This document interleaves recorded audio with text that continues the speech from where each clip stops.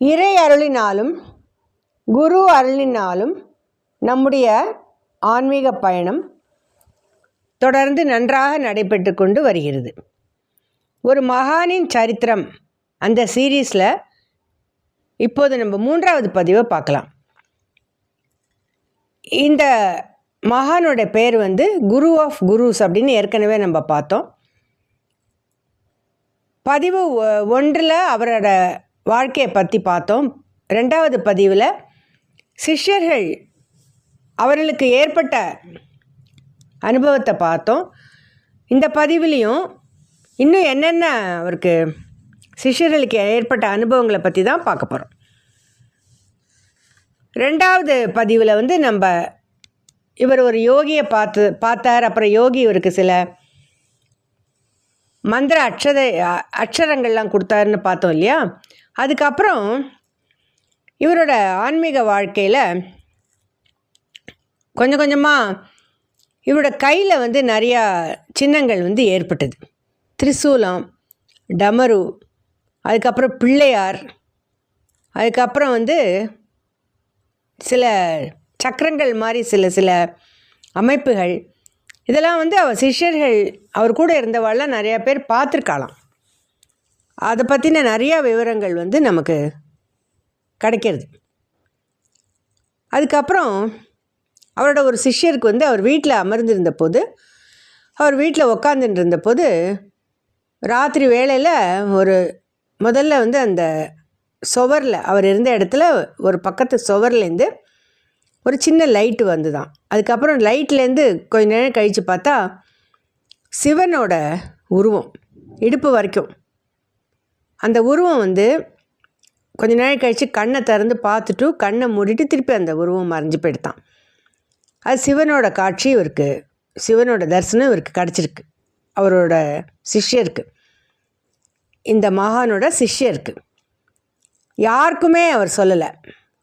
கொஞ்ச நாள் கழித்து தன்னோட குருவை போய் பார்த்துட்டு வேறு ஏதோ விஷயமாக போய் பார்க்குறதுக்கு போன போது அந்த தரிசனத்தை பற்றி அந்த மகான் இவர்கிட்ட அதை பற்றி சர்ச்சை பண்ணியிருக்கார், அதை பற்றி கேட்டிருக்கார்.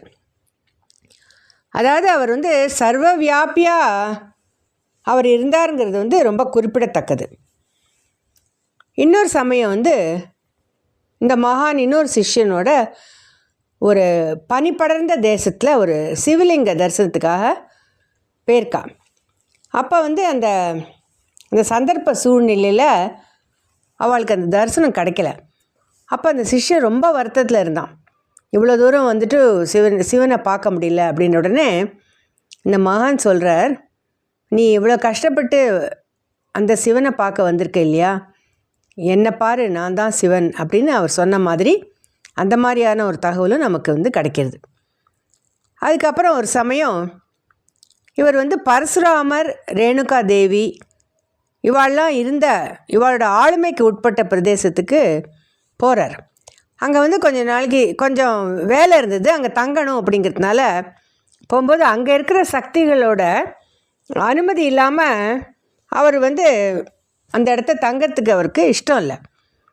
அதனால் அந்த பரசுராமர் தரிசனத்துக்காக அவர் காத்துட்டு இருக்கும்போது 3 தடவை பரசுராமர் இவருக்கு தரிசனம் கொடுத்ததா நமக்கு தகவல் கிடைக்கிறது. ஒரு தடவை 18 அடி உயரத்தில் வந்தாராம். அதுக்கப்புறமா இவருக்கு ஆசி வழங்கிட்டு போயிருக்கார் பரசுராமர். அந்த மாதிரி இவருக்கு நிறையா திவ்ய தரிசனங்கள் ஏற்பட்டிருக்கு. இவருக்கு ஏற்பட்டதோடு இல்லாமல் இவரோட சிஷ்யர்களுக்கும் நிறைய வினோதமான இங்கிலீஷில் மிஸ்டிக் எக்ஸ்பீரியன்ஸஸ் அப்படின்னு சொல்லுவாள், அமானுஷ்யங்கள். அந்த மாதிரி நம்மள மாதிரி ஜனங்களுக்கு இது கொஞ்சம் புரியறது கஷ்டம். ஆனால் அவரோட சிஷ்யர்களுக்கெல்லாம் நிறையா இந்த மாதிரி நடந்திருக்கு. ஒரு சிஷ்யர் சொல்கிறார், வேறு யாரோடையோ கனவுல போயிட்டு இவர் ஓம் தத் சத் அப்படிங்கிற மந்திரத்தை வேறு யாருக்கோ உபதேசித்து தான் அந்த சிஷ்யர் இவர்கிட்ட சொல்கிறார், எனக்கு கனவில் நீங்கள் ஓம் தத் சத்துன்னு, அதாவது மகான் இல்லை, மகானோட ஒரு சிஷ்யரே அவருக்கே தெரியாது அவர் யாரோடையோ கனவுல போயிட்டு மந்திர தீட்சை கொடுத்துருக்காரு அப்படின்னு. இந்த மாதிரி விதவிதமாக வந்து அனுபவங்கள், விதவிதமான நிகழ்ச்சிகள் எல்லாம் நிறைய நடந்திருக்கு இவரோட சரித்திரத்தில். அவரோட சிஷ்யர்களுக்கு வந்து இவர் எப்படி தன்னோட வாழ்க்கையில் இவருக்கு என்னெல்லாம் நடந்ததோ அவர் சிஷ்யரோட வாழ்க்கையிலும் அதை ஏற்படுத்தி கொடுத்துருக்காருங்கிறது வந்து ரொம்ப முக்கியமான விஷயம், நம்ம கவனிக்க வேண்டியது.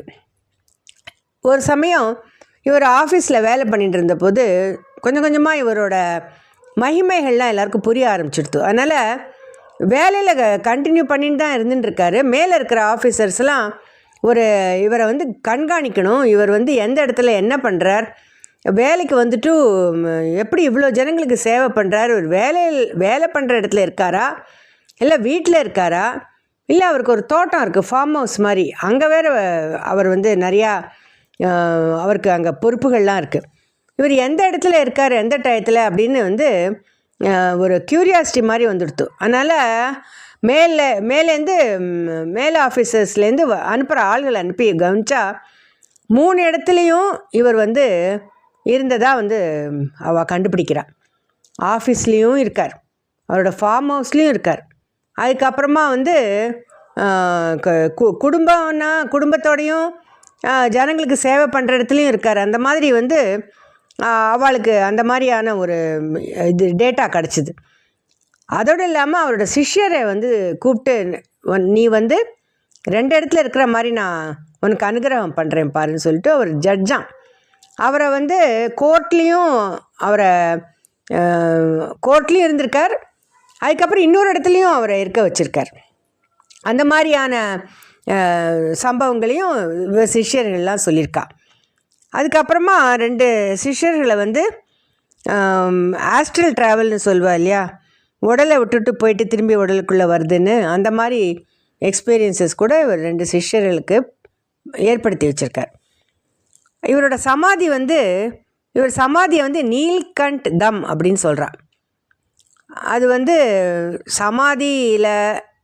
சமாதின்னு பேர் தான். அது சமாதி ஆனதுக்கப்புறம் கூட அவர் வந்து நிறையா பேருக்கு நிறையா ஒரு இதெல்லாம் நடத்தி கொடுத்துட்டுருக்கார். நிறையா மிரக்கிள்ஸ்னு சொல்லணும். அதை சில சமயம் சில பேருக்கு பேசுகிற மாதிரி இருக்குது, சில பேருக்கு நேர தரிசனம் கொடுத்த மாதிரிலாம் கூட நிறையா பேர் அங்கே வந்து சொல்கிறா அப்படின்னு நமக்கு தகவல் கிடைக்கிறது. இவர் வந்து உயிரோட ஒரு உடம்பில் இருந்த வரைக்கும் அந்த உடலோடு தான் இருந்தார். உயிர் போன பிறகு அவர் வந்து சர்வ வியாபி ஆகிவிட்டார் அப்படிங்கிற மாதிரி தான் அவர் சிஷ்யர்கள்லாம் சொல்கிறார். அவர் சிஷ்யர்கள்லாம் வந்து அவர் காட்டின பாதையில் இன்றைக்கி வந்து அதே மாதிரி சேவை செஞ்சுட்டு வந்துட்டுருக்கா. மந்திரங்கள்லாம் நிறையா விதவிதமான மந்திரங்கள், எந்த வியாதிக்கு எந்த மாதிரி குணப்படுத்துறது அப்படிங்கிற எல்லா விதமான பயிற்சிகளும் அந்த சிஷ்யர்களுக்கு அவர் குருனால் கிடச்சிருக்கு.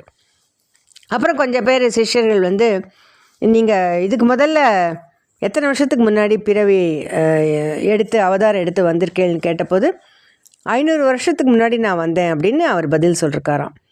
இந்த மாதிரி வந்து இவரோட தாம் எங்கெங்கெல்லாம் இருக்குது, அதுக்கப்புறம் இதை பற்றின மேலும் விவரங்கள்லாம் உங்களுக்கு வேணும் அப்படின்னா நீங்கள் கமெண்ட் பாக்ஸில் போட்டேன்னா நான் உங்களுக்கு வந்து அதுக்கு மேலே டீட்டெயில்ஸ் நான் கொடுக்குறேன். அந்த மாதிரி யார்கிட்டேருந்தும் எதையும் எதிர்பார்க்காம நம்மில் ஒருவராக வாழ்ந்து, அதாவது நம்மில் ஒருவராக வாழ்ந்துங்கிற இடத்துல நான் ஏன் அதை ஸ்ட்ரெஸ் பண்ணி சொல்கிறேன் அப்படின்னா, அவர் வந்து கொஞ்சம் கூட உங்களேருந்து நான் வேறுபட்டவன்னு காமிச்சிக்கவே இல்லையா. சாதாரண இடத்துக்கு போயிட்டு பார்க்கில் போயிட்டு ஐஸ்கிரீம் சாப்பிட்ற மாதிரி, அதாவது எங்கேயாவது தன்னை கண்டுபிடிச்சிடுவாளோ அப்படிங்கிற ஒரு எளிமை அவர்கிட்ட இருந்தது அப்படின்னு சொல்லி அதை ரொம்ப முக்கியமாக வந்து நம்ம இந்த பதிவில் வந்து பார்க்குறோம்.